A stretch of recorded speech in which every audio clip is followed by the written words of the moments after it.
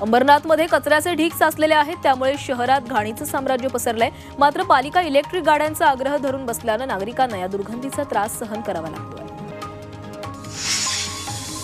मुंबई महापालिकेच्या रुग्णालयांमध्ये औषध पुरवठा करणाऱ्या कंत्राटदारांची 120 कोटींची बिलं थकली आहेत। त्यामुळे या कंत्राटदारांनी पालिकेच्या रुग्णालयांचा औषध पुरवठा बंद करण्याचा निर्णय घेतलाय।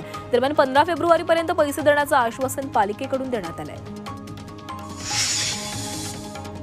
भंडाऱ्यामध्ये वाघाने एका महिलेवर हल्ला केल्याची घटना घडलेली आहे। या हल्ल्यामुळे महिलेचा मृत्यू झालाय, त्यामुळे परिसरात भीतीचं वातावरण निर्माण झालेलं आहे। त्यासाठी वाघाला जेरबंद करण्याची मागणी नागरिकांनी केली आहे।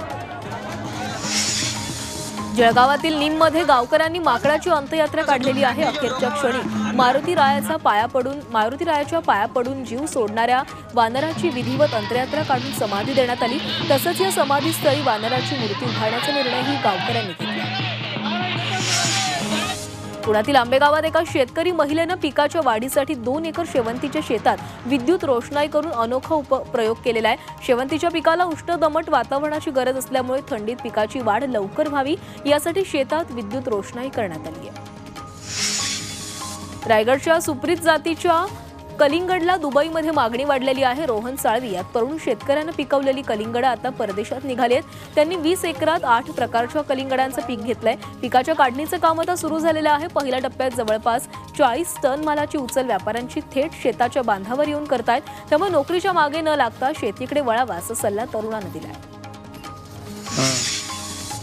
यंदाच्या हंगामातील पहिला आंबा मुंबईला पाठवण्याचा मान अलिबाग तालुक्याला मिळालाय। अलिबाग तालुक्यातील नारंगी येथील बागायतदार वरुण पाटील यांनी प्रत्येकी 2 डझनच्या हापूसच्या 4 आणि केशरची 1 पेटी मुंबई बाजारात पाठवलेली आहे। सलग 4 वर्ष वरुण पाटील हा मान मिळवत आहेत। सोलापूर जिल्ह्यात रब्बीच्या पिकाचं पॅटर्न बदलतोय। यंदा नेहमीपेक्षा अधिक मका पिकाची लागवड जिल्ह्यात झालेली आहे। 61,463 हेक्टर क्षेत्रावर मक्याची लागवड झाली।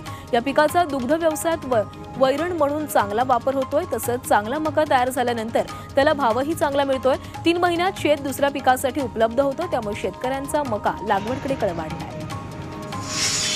जळगावातल्या सराफ दुकानात एका महिलेने दागिन्यांची चोरी केलेली आहे। सीसीटीव्ही कॅमेरामध्ये ही संपूर्ण घटना चित्रित झाली आहे। दागिने खरेदीच्या बहाण्यानं बुरखा घातलेली महिला दुकानामध्ये शिरली।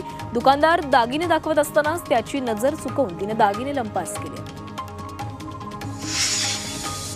अकोल्याच्या पातूरमध्ये एका मंदिरातील दानपेटीची चोरी झालेली आहे। या प्रकरणी पोलिसांनी आरोपीला अटक केलेली आहे। यावेळी एका चोरट्याकडून चोरी झालेला मुद्देमालही हस्तगत करण्यात आला आहे।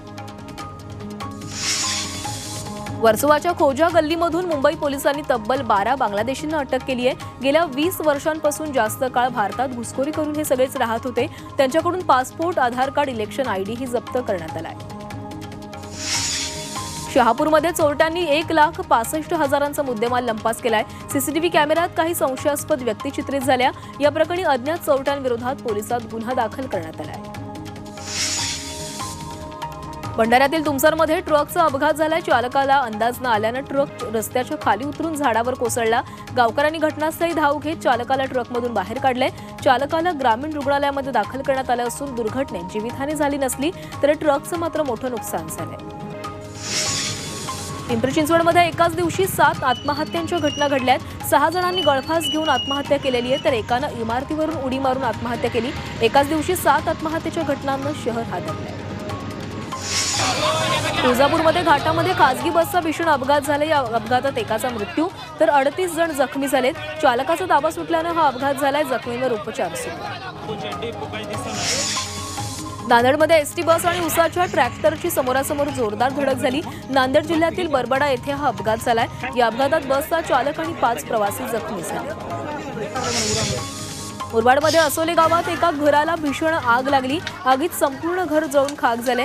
घरातील विजेच्या शॉर्ट सर्किटमुळे आग लागल्याचा अंदाज आहे। आगीमुळे घरातील जवळपास 30 लाखांचं नुकसान झालंय।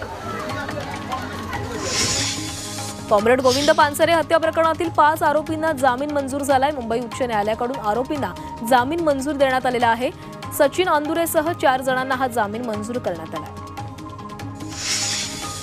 भीमा नदी पात्रातून चोरी झालेल्या मासेमारीच्या बोटी भिगवण पोलिसांनी जप्त केलेल्या आहेत। पोलिसांनी 4 बोटींसह 8,30,000चा मुद्देमाल हस्तगत केलाय। गोपनीय माहितीच्या आधारे पोलिसांनी ही कारवाई केली।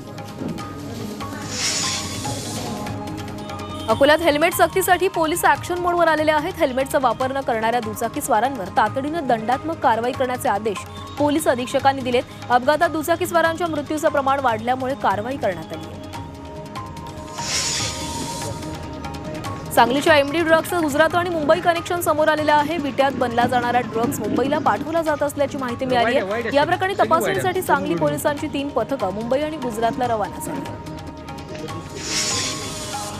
अकोला जिल्हाधिकारी कार्यालयासमोर जागर आंदोलन करण्यात आलं। शेतमाल हमीभाव कायदा लागू करा, सरसकट कर्जमुक्ती करा अशा विविध मागण्यांसाठी शेतकरी जागर मंचानं हे आंदोलन केलेलं आहे। तसंच सरकारची झोप उडावी त्यासाठी शेतकऱ्यांनी रात्रभर भजन म्हणत आंदोलन केलं।